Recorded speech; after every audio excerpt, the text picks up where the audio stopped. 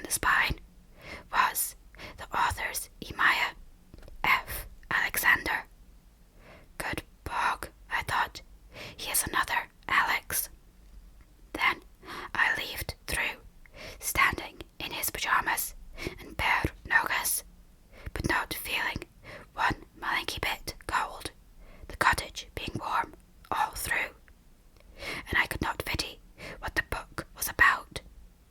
It seemed written in a very Bazoomi-like style, full of and oh and that gal.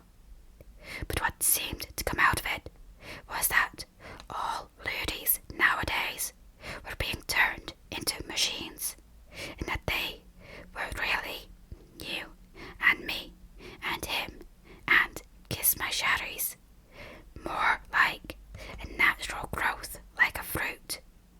F. Alexander seemed to think that we all grow on what he called the world tree in the world orchard, that bog or God planted, and we were there because bog or God had need of us to quench his thirsty love, or some such gal. I didn't like the shoom of this at all, oh my brothers, and wondered how Bazoomi this F. Alexander really was. Perhaps driven Bazoomi by his wife's snuffing it. But then he called me down in a sane vex kolos, full of joy and love and all that gal. So down your rumble narrator went. You slept long, he said, ladling out boiled eggs and pulling black toast from under the grill. It's nearly 10 already. I've been up hours, working. Writing another book, sir, I said. No, not that now, he said, and we sat down nice and droogy to the old crack, crack, crack of eggs, and crackle, crunch, crunch of this black toast. Very milky chai standing by in Bolshy great morning mugs. No, I've been on the phone to various people. I thought you didn't have a phone, I said, spooning egg in and not watching out what I was saying. Why, he said, very alert, like some Scotty animal with an egg spoon in its rooker. Why shouldn't you think that I have a phone? Nothing, I said. Nothing. And I wondered, brothers, how much he remembered of the earlier part of that distant noche, me coming to the door with the old tale and saying to phone the doctor, and she saying no phone. He took a very close smot at me, but then went back to being kind and cheerful and spooning up the old eggy wag, munching away, he said. Yes, I've rung up various people who will be interested in your case. You can be a very potent weapon, you see, in ensuring that this present evil and wicked government is not returned in the forthcoming election. The government's big boast, you see, is the way it has dealt with crime these last months. He looked at me very close again over his steaming egg, and I wondered again if he was pitying what part I had so far played in his cheesney. But he said, recruiting brutal young roughs for the police, proposing debilitating and well-sapping techniques of conditioning. All these long Slavos brothers, and mad or Bazoomi look in his glasses. We've seen it all before, he said, in other countries. The thin end of the wedge. Before we know where we are, we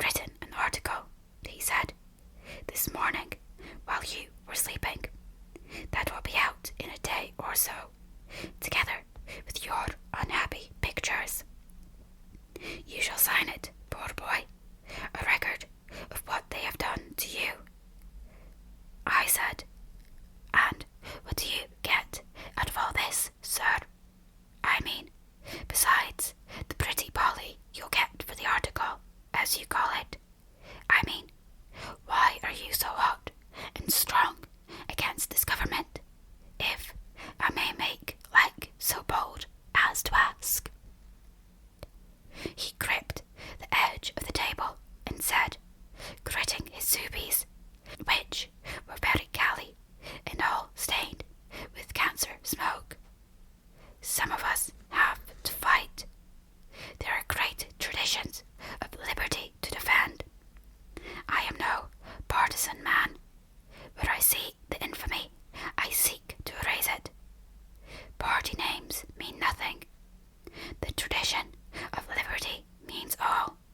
The common people will let it go.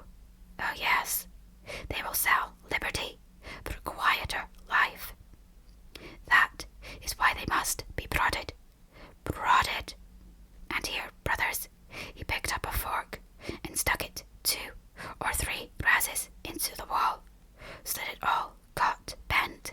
Then he threw it on the floor. Very kindly, he said, "Eat well, poor boy, poor victim of the modern world." And I could very quite clear what he was going off his Gulliver. Eat, eat, eat my eggs as well.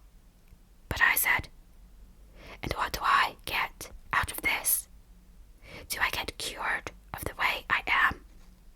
Do I find myself able to slushy the old choral symphony without being sick once more? Can I live like a normal Cheesney again? What, sir, happened to me?" He looked at me, brothers, as if he hadn't thought of that before. And anyway, it didn't matter compared with liberty and all that gal. And he had a look of surprise at me saying what I said, as though I was being like selfish and wanting something for myself. Then he said, "Oh, as I say, you're a living witness, poor boy. Eat up all your breakfast and then come and see what I've written, for it's going into the weekly trumpet under your name, you unfortunate victim." Well, brothers, what he had written was a very long and very weepy piece of writing, and as I read it, I felt very sorry for the poor Malchik who was cavorting about his suffering, and how the government had sapped his will, and how it was up to all Luries to not let such a rotten and evil government rule them again. And then, of course, I realized that the poor suffering Malchik was none other than YHN. "Very good," I said. "The real horror show. Written well, thou hast, oh sir." And then he looked at me very narrow and said, "What?" It was like he had not sushied me before. "Oh, that," I said, "is what we call Nadsat talk. All the teens use that, sir." So then he itted off to the kitchen to wash up the dishes, and I was left in these borrowed night bloodies and twofuls, waiting to have done to me what was going to be done to me, because I had no plans for myself, oh, my brothers. While the great F. Alexander was in the kitchen, a ding-a-ling-a-ling came at the door. "Ah," he screeched, coming out, wiping his ruckers. "It will be these people. I'll go." So he went and let them in. A kind of rumbling ha-ha of talk and hello and filthy weather and how are things in the hallway. Then they ittied into the room with the fire and the book and the article about how I had suffered, pitying me and going as they did it. There were 3 Luries, and F. Alex gave me their Emayas. Said Dolan was a very wheezy, smoky kind of a vec, coughing casual, casual, casual, with the end of a cancer in his throat, spilling ash all down his platties, and then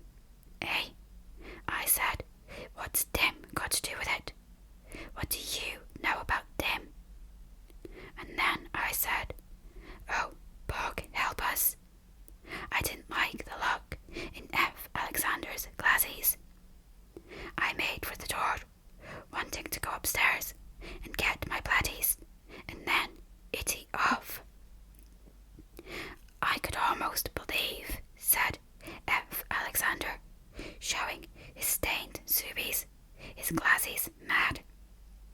But such things are impossible, for, by Christ, if he were, I'd tear him, I'd split him, by God, yes, yes, so I would.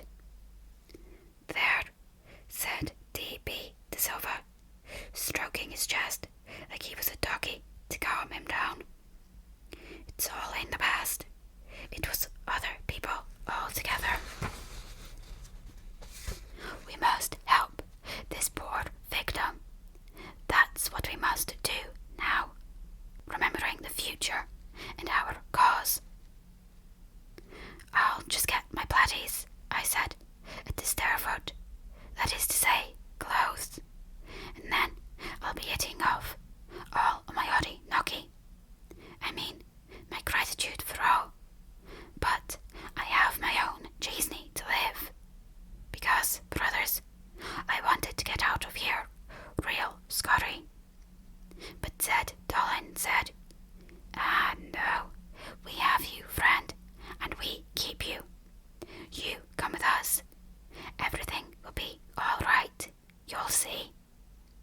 And he came up to me, like to grab hold of my rucker again. Then, brothers, I thought of fight, but thinking of fight made me like want to collapse and sick, so I just stood. And then I saw this like madness in F. Alexander's glasses, and said, "Whatever you say, I am in your ruckers. But let's get it started and all over, brothers, because what I wanted now was to get out of this mesto called home." I was beginning not to like the look of the glasses of F. Alexander one malenky bit. "Good," said this Rubinstein. "Get dressed and let's get started." Dim, dim, dim, F. Alexander kept saying in a like low mutter. What or who was this dim? I itted upstairs, real scotty, and dressed in near 2 seconds flat. Then I was out with these three and into the auto. Rubinstein one side of me, and Zed Dolan coughing casual, casual, casual on the other side. D.B. De Silva doing the driving into the town and to a flat block, not really all that distant from what had used to be my own flat block or home. "Come, boy, out," said Dolan, coughing to make the cancer end in his rot glow red like some malenky furnace. "This is where you shall be installed." So we itted in, and there was, like another of these dignity of labour vestiges on the wall of the vestibule, and we upped in the lift, brothers, and then went into a flat, like all the flats of all the flat blocks of the town. Very, very malinky, with 2 bedrooms and 1 live-eat-work room. The table of this all covered with books and papers and ink and bottles and all that gal. "Here is your new home," said D.B. De Silva. "Settle here, boy. Food is in the food cupboard. Pyjamas are in a drawer. Rest, rest, perturbed spirit." "Eh?" I said, not quite ponying that. "All right," said Rubinstein with his starry gloss. "We are now leaving you. Work has to be done. We'll be with you later. Occupy yourself as best as you can." "One thing," coughed Zed Dolan, casual, casual, casual. "You saw what stirred in the tortured memory of our friend F. Alexander. Was it by chance? That is to say, did you? I think you know what I mean. We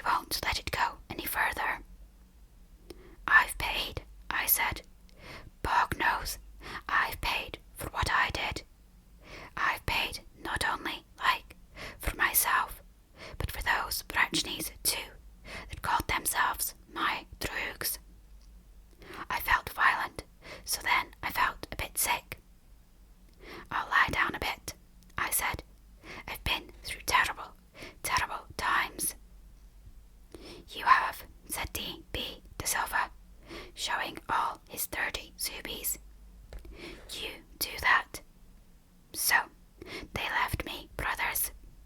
They iddied off about their business, which I took to be about politics and all that gal. And I was on the bed, all on my oddie knocky, with everything very, very quiet. I just laid there with my sabots kicked off, my nuggas and my tie loose, like all bewildered and not knowing what sort of a jeesney I was going to live now. And all sorts of pictures kept passing through my Gulliver of the different Jelloveks I'd met at school and in Nastasia, and the different vestiges that had happened to me, and how there was not one Vek you could trust in the whole bullshit world. And then I dozed off, brothers. When I woke up, I could hear slushy music coming out of the wall, real grumpy, and it was that had dragged me out of my bit of sleep. It was a symphony that I knew real horror show, but had not slushied for many a year, namely the Symphony No. 3 of the Danish Vek Otto Skadelg, a very grumpy and violent piece, especially in the first movement, which was what was playing now.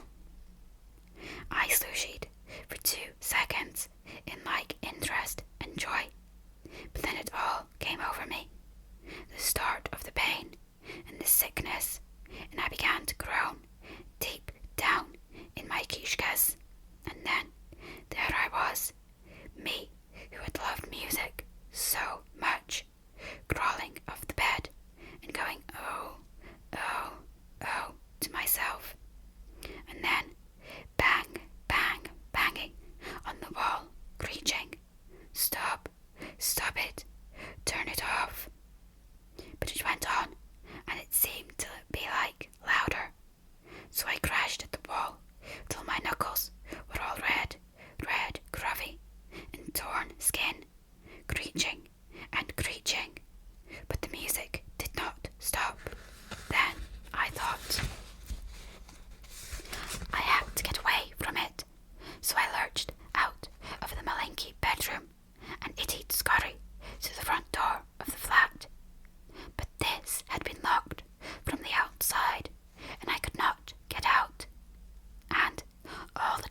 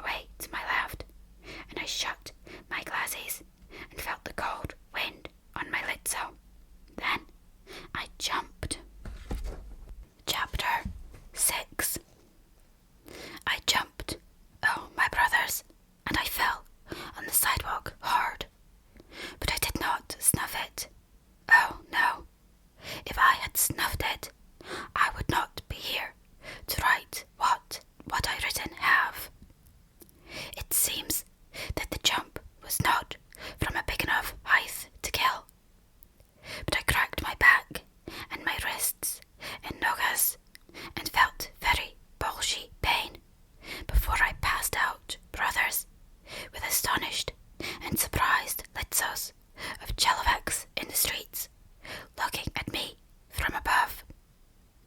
And just before I passed out, I fitted clear that not one Chelovec in the whole horrid world was for me, and that the music through the wall had all been like arranged by those who were supposed to be my new like droogs, and that it was some such vesh like this that they wanted for their horrible, selfish, and boastful politics. All that was in like a millionth part of one minuta before I threw over the world and the sky and the litzos at the staring Chelovecs that were above me. Where I was when I came back to Cheesney after a long, black gap of it might have been 1,000,000 years, was a hospital, all white, and with this fun of hospitals you get, all like sour and smug and clean. These antiseptic vestiges you get in hospitals should have a real horror show fun of like frying onions or of flowers. I came very slow back to knowing who I was, and I was all bound up in white, and I could not feel anything in my blood. Pain, nor sensation, nor any vest at all. All around my Gulliver was a bandage, and there were bits of stuff like stuck to my litzo, and my ruggers were all in bandages, and like bits of stick were like fixed to my fingers, like on it might be flowers to make them grow straight, and my poor old nogas were all straightened out too, and it was all bandages and wire cages, and into my right rugger near the plateau was red gravy dripping from a jar upside down. But I could not feel anything. Oh, my brothers. There was a nurse sitting by my bed, and she was reading some book. That was all very dim print, and you could pity it was a story, because a lot of inverted commas, and she was like breathing hard over it. So it must have been a story about the old in-out. She was a real horror show vodka, this nurse, with a very red rot, and like long lashes over her glasses, and under her like very stiff uniform you could pity she had very horror show grooties. So I said to her, "What gives? Oh, my little sister, come now and have a nice lay down with your malinky droog in this bed." But the Slovos didn't come out horror show at all, it being as though my rot was all stiffened up, and I could feel with my Ezek that some of my Zubies were no longer there. But this nurse like jumped and dropped her book on the floor and said, "Oh, you've recovered consciousness." That was like a big rodful for a Malenki pizza, for a Malenki tista like her, and I tried to say so, but the Slovos came out only like er. So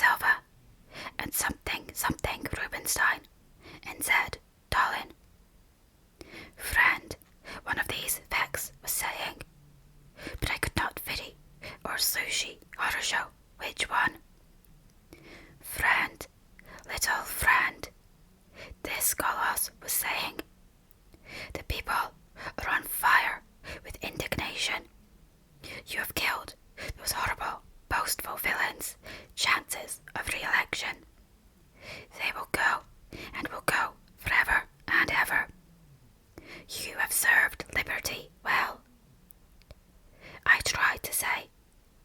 If I had died, it would have been even better for your political progenies, would it not?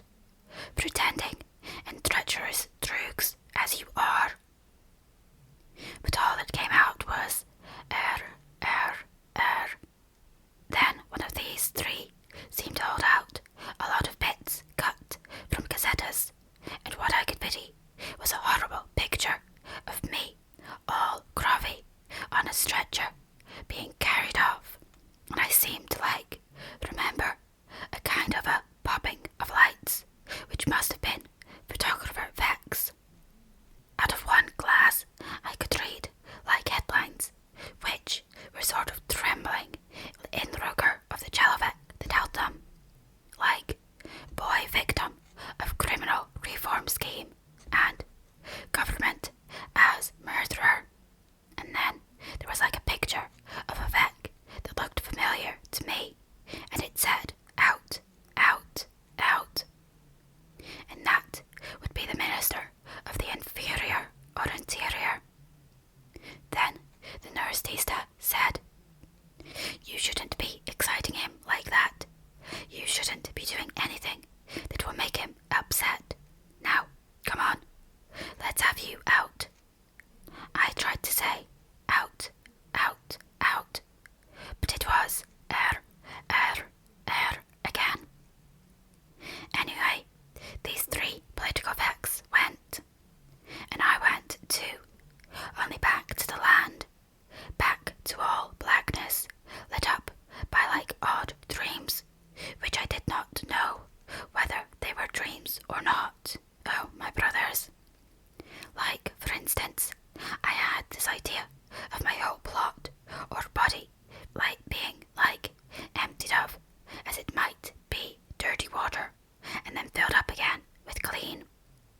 And then there were really lovely and horror show dreams of being in some Vex auto that had been crasted by me, and driving up and down the world all on my Audi Noki, running loodies down and hearing them screech.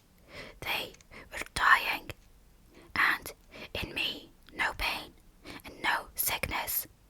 And also there were dreams of doing the old in out with the vodkas, forcing them down on the ground and making them have it, and everybody standing round, clapping their ruggers and cheering like Bazoomi. And then I woke up again, and it was my P and M come to pity their ill son.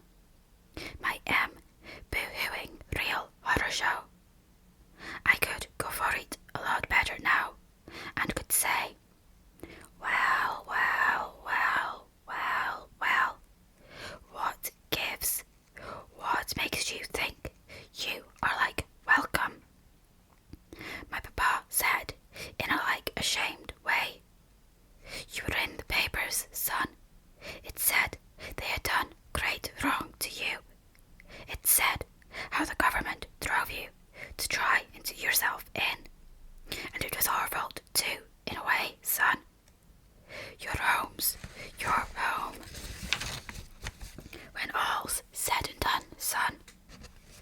And my mum kept on going, boo-hoo-hoo, and looking ugly as kiss my sharies. So I said, "And how be'th thy new son, Joe?" "Well and healthy and prosperous, I trust and pray." My mum said, "Oh, Alex, oh." My papa said, "A very awkward thing, son. He got into a bit of trouble with the police and was done by the police." "Really?" I said.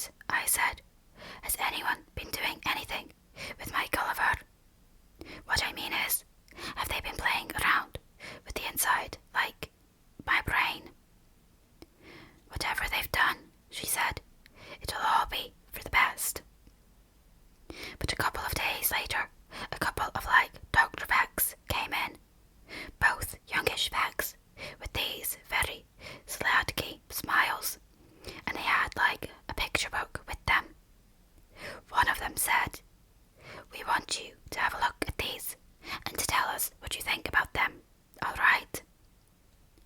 What giveth, O little droogies, I said, what new basoomy idea dost thou in mind have?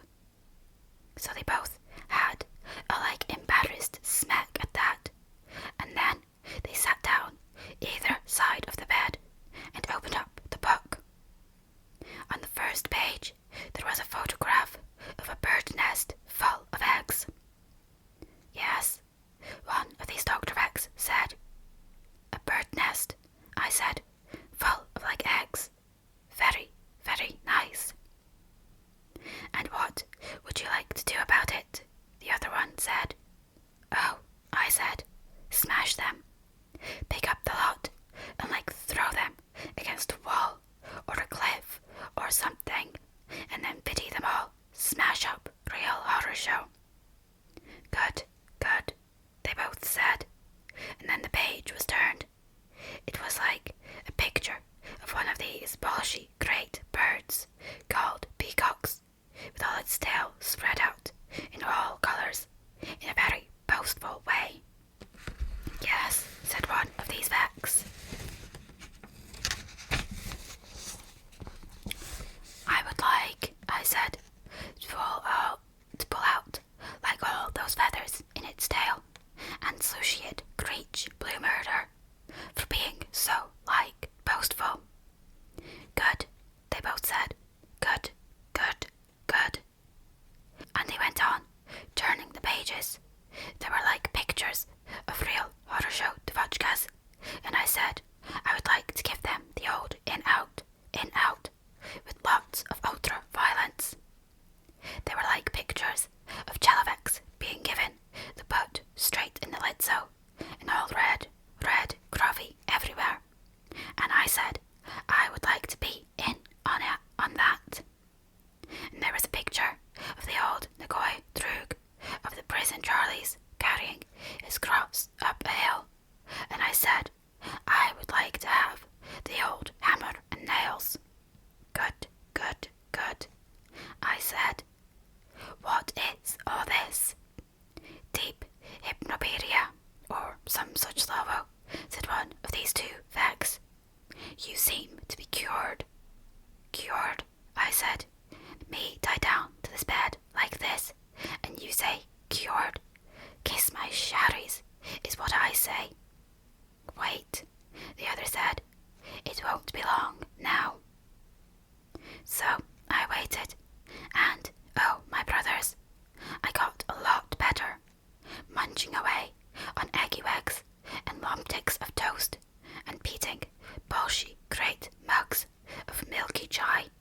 And then one day they said I was going to have a very, very, very special visitor. Who?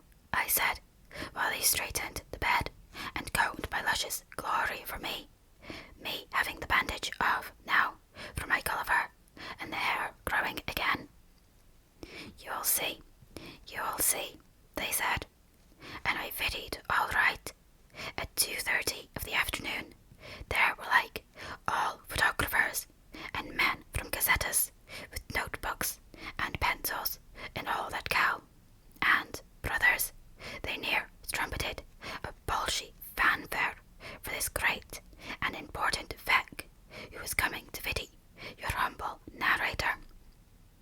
And in he came, and of course it was none other than the Minister of the Interior, or Inferior, dressed in the height of fashion, and with this very upper class, gloss, flash, flash, bang, went the cameras, when he put out his rugger to me to shake it. I said, well, what giveth then, old droogie? Nobody seemed to quite pony that, but somebody said in a harsh gallows, be more respectful, boy, in addressing the minister. Yorbles, I said, snarling like a doggy. Bolshy, great, your bollock goes to thee and thine. All right,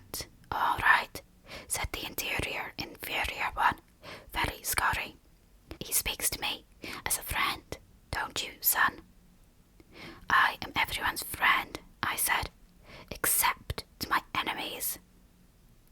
And who are your enemies? Said the minister, while all the Gazette effects went scribble, scribble, scribble. Tell us that, my boy. All who do me wrong, I said, are my enemies. Well, said the inf min, sitting down by my bed, I and the government, of which I am a member, want you to regard us as friends. Yes, friends. We have put you right, yes. You are getting the best of treatment. We never wished you harm, but there are some who did and do, and I think you know who those are. Yes, yes, yes, he said. There are certain men who wanted to use you. Yes, use you for political ends. They would have been glad, yes, glad for you to be dead, for they thought they could then blame it all on the government. I think you know who those men are. There is a man, said the infant man, called F. Alexander, a writer of subverse literature who has been howling for your blood. He has been mad with a desire to stick a knife in you. But you're safe from him now. We put him away. He was supposed to be like a droogie, I said. Like a mother to me was what he was. He found out that you had done wrong to him. At least, said the men, very, very Scotty. He believed you had done wrong. He formed this idea in his mind that you had been responsible for the death of someone near and dear to him. What do you mean? I said. Is that he was told? He had this idea, said the men. He was a menace. We put him away for his own protection. And also, he said, for yours. Kind, I said, most kind of thou. When you leave here, said the men, you will have no worries. We shall see to everything. A good job and a good salary, because you are helping us. Am I? I said. We always help our friends, don't we? And then he took my rugger.